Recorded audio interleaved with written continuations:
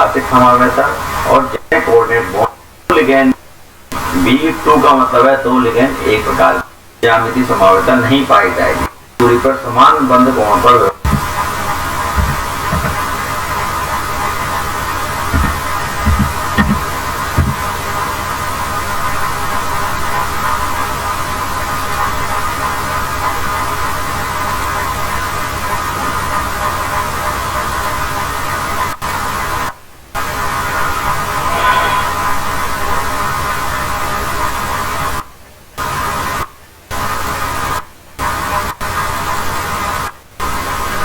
Structural isomerism, संरचनात्मक समावयता। आज अपन पढ़ेंगे त्रिविम समावयता, स्टीरियो आइसोमेरिज्म। हम जानते हैं कि त्रिविम समावयता दो प्रकार की पाई जाती है। आकृति फल के लिगेंड द्वितंतु लिगेंड जुड़े होने पर भी प्रकाशिक समावयता एम पोजीशन में बनेंगे। वो दो हैं।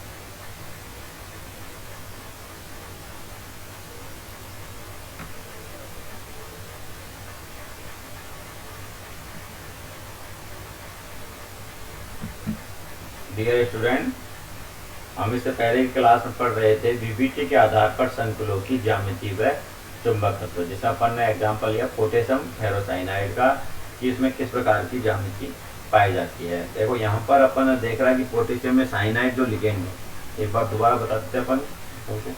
पोटेशियम के अंदर जो साइनाइड लिगेंड है वह स्ट्रॉन्ग लिगेंड है। स्ट्रॉन्ग लिगेंड होने के कारण में यहाँ पर एक पेयरिंग कर लेगा। पहले इसके अंदर कोई भी कक्षा खाली नहीं था। यहाँ पर पेयरिंग करने के बाद यहाँ पर 2D कक्षा खाली हो गई, तो D2sp3 संकरण करते हैं। और यहाँ पर कोई भी इसके अंदर अगर पेयरिंग करने के बाद में कोई भी अयुग्मित इलेक्ट्रॉन नहीं पाया जाता है। अतः इसके अंदर इसकी ज्यामिति हो गई, इसकी ज्यामिति ऑक्टाहेड्रल कॉम्प्लेक्स बनाए थे। और इसकी चुंबकत्व की जो बात है तो चुंबकत्व में रूप में हमें कोई भी इसमें अनपेड इलेक्ट्रॉन नहीं है, अतः यह है डाईमैग्नेटिक कॉम्प्लेक्स कहलाता है। इसकी नेचर किस प्रकार की हो गई? डाईमैग्नेटिक नेचर पाई जाती है। अगर ये वीक लिगेंड होता, साइनाइड अगर वीक लिगेंड होता तो पेयरिंग नहीं करता तो संकरण sp3d2 होता। वहां पर इनमें अनपेड इलेक्ट्रॉन पाए जाते थे। कितने? 4 अनपेड इलेक्ट्रॉन पाए जाते थे। इसकी स्ट्रक्चर ऑक्टाहेड्रल होती, वह इसकी चुंबकत्व चुंबकीय जो मैग्नेटिक प्रॉपर्टी है वह पैरामैग्नेटिक होती।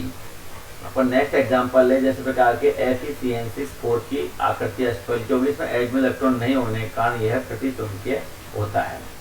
अगर इसमें संकुल में भीतर डी कक्षों को उप होता है, अतः टोबे ने इन्हें इनर ऑर्बिटल कॉम्प्लेक्स कहा। वह इन संकुलों में अयुग्मित इलेक्ट्रॉनों की संख्या कम हो जाती है क्योंकि डी इलेक्ट्रॉनों का युग्मन हो जाता है। अतः ऑर्गल ने इसे लो स्पिन कॉम्प्लेक्स और नाइलो ने स्पिन पेयर कॉम्प्लेक्स भी कहा। अपन जो पहले जो एग्जाम्पल पढ़ा उसके अंदर वाले डी कक्षकों का प्रयोग हो रहा है। मैंने बताया कि साइनाइड जो लिगेंड था, जो स्ट्रॉन्ग लिगेंड था, तो अंदर के D2 कक्षकों के साथ में इन्होंने अंदर किया। तो उसी के आधार पर टोबे एक साइंटिस्ट था, उन्हें इनर ऑर्बिटल कॉम्प्लेक्स कहा। अगर मैंने बताया कि अगर ये वीक लिगेंड होता तो बाहर वाले sp3d2 तो ये आउटर पेयर कॉम्प्लेक्स कहलाते। अयुग्मित इलेक्ट्रॉनों की संख्या इसमें कम हो जाती है। उसके अंदर अपन ने पहले कितने, अगर ये वीक लिगेंड होता तो इसके अंदर 4 अनपेयर इलेक्ट्रॉन थे, लेकिन पेयरिंग करने के बाद में इनमें एक भी अनपेयर इलेक्ट्रॉन नहीं होता था, डी इलेक्ट्रॉनों का युग्मन हो जाता है। तो ऑर्गल साइंटिस्ट ने इनको लो स्पिन कॉम्प्लेक्स और नाइलॉन ने साइंटिस्ट ने स्पिन पेयर कॉम्प्लेक्स कहा। नेक्स्ट एग्जांपल ले अपन है hexamine cobalt second chloride CONH3 6Cl2 की ज्यामिति व चुंबकत्व की व्याख्या। हेक्सामीन, यहाँ पर कोबाल्ट का परमाणु क्रमांक 27 है, तो इलेक्ट्रॉनिक विन्यास है 3D 1 2 3 4 5 6 7 3D7 4s2। यहाँ पर CO+2 स्टेज में 25 हो जाएगा, 25 में से 2 इलेक्ट्रॉन 4s में से कम हो जाएंगे, तो 3D7 4s2 इसका इलेक्ट्रॉनिक संक्रमण होता है। CO+2 का इलेक्ट्रॉनिक संक्रमण 3D7 होता है, अतः हुंड नियम के विपरीत इलेक्ट्रॉनों का युग्मन होने के पश्चात भी D2sp3 संक्रमण की संभावना नहीं रहती है, लेकिन इसके चुंबकीय गुणों से प्रदर्शित होता है कि यह यौगिक एक निम्न चक्रण संकुल होता है। पॉलिंग ने इसके स्पष्टीकरण बताया कि इलेक्ट्रॉन 3D से उत्तेजित होकर 4D में चला जाता है। पॉलिंग ने इसका एक स्पष्टीकरण दिया कि इसके अंदर क्या बताया कि एक 3D से यहाँ से एक इलेक्ट्रॉन कहाँ चल जाएगा, 4D में चला जाता है, जिससे 3D रिक्त हो जाता है और D2sp3 संकरण द्वारा अष्टफलीय संकुलों का निर्माण करता है। यहाँ से इलेक्ट्रॉन कहाँ चल जाते हैं, 4D के अंदर, तो D2sp3 संकरण का निर्माण होता है। जैसे इसमें क्या हुआ, स्टोन पेयरिंग कर ली, तो एक जो अनपेयर इलेक्ट्रॉन था वो यहाँ से कहाँ चले गया, 4D के अंदर, तो संकरण क्या हो गया, इसका संकरण क्या हो गया, दो डी कक्षा खाली हो गया, D2sp3 हाइब्रिडेशन इसके अंदर पाया जाता है। क्योंकि एक अयुग्मित इलेक्ट्रॉन कक्षक में अर्थात नाभिक से दूर चला जाता है, यहाँ पर एक जो अनपेयर 3D के अंदर जो अनपेयर इलेक्ट्रॉन था वो कहाँ चले गया, 4D के अंदर, अतः थोड़ी सी ऊर्जा देकर ही इस इलेक्ट्रॉन को अणु से पृथक किया जाता है। इस प्रकार संकुल प्रबल अपचायक होता है। तो मतलब इसके अंदर क्या है, 4D बिल्कुल बाहर का है, तो इसमें थोड़ी सी भी अगर अपन एनर्जी दे तो इस संकुल में से इसको बाहर किया जा सकता है, तो अतः इसके कारण संकुल प्रबल अपचायक प्रकृति का पाया जाता है। अपन नेक्स्ट एग्जांपल लें, पोटेशियम टेट्रासाइनोक्यूप्रेट आयन की ज्यामिति व चुंबकत्व की व्याख्या। और इससे पहले वाला बताया मुझे कि इसके अंदर कोई एक अनपेयर इलेक्ट्रॉन है तथा ये पैरामैग्नेटिक नेचर प्रदर्शित करता है। इसके अंदर कॉपर 29 इसका परमाणु क्रमांक है, तो 3D10 4s1। 3D10 क्यों हो गए, क्योंकि 3D9 के बजाय 3D10 अपन के अर्धपूर्ण पूर्ण पूरित अवस्था ज्यादा स्थायी होती है, तो 3D10 4s1। और Cu+2 यहाँ पर 2 इलेक्ट्रॉन है, तो एक इलेक्ट्रॉन इसमें जाएगा, एक इसमें 3D9 4s0 इलेक्ट्रॉन हो जाएंगे। तो यहाँ पर देखो एक लिगेंड है, साइनाइड आयनों की उपस्थिति में Cu का, तो एक जो लिगेंड है, पेड़ पूरे भरे हुए हैं, तो ये यहाँ पर से खाली होकर ये भी वापस 4p के अंदर चला जाता है, तो संकरण क्या हो जाएगा, DsP2 संकरण। तो इस प्रकार की संरचना बनाते हैं। इसमें Cu+2 विन्यास 3D9 आता है। ऐसी में 4 लिगेंडों को जुड़ने के लिए कॉपर आयन 2 प्रकार से संकेत होता है। कॉपर आयन sp3 संकरण, अगर ये पूरा होता तो या तो बनती स्टेज यहाँ पर sp3 संकरण या दूसरा बनता है DsP2 संकरण, लेकिन इसके अंदर से यहाँ से एक आयन कहाँ चला जाता है, 4p के अंदर चला जाता है। आयन 2 प्रकार का, दूसरा है एक में तो इलेक्ट्रॉन उत्तेजित होकर 4p में चला जाता है और DsP3 संकरण द्वारा स्क्वायर पैरेलल कॉम्प्लेक्स बनाएं।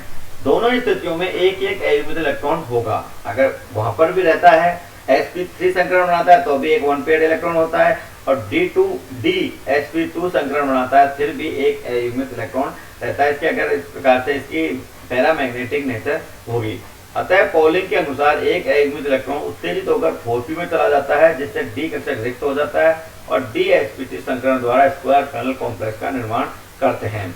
यदि स्क्वायर पैरेलल कॉम्प्लेक्स में एक सतह से दूसरे के ऊपर व्यवस्थित हो तो इनके अयुग्मित इलेक्ट्रॉनों एक दूसरे के चक्रण को कुछ हद तक उदासीन कर सकते हैं। फलस्वरूप इनके चुंबकीय आघूर्ण का मान एक इलेक्ट्रॉन से भी कम पाया जाता है।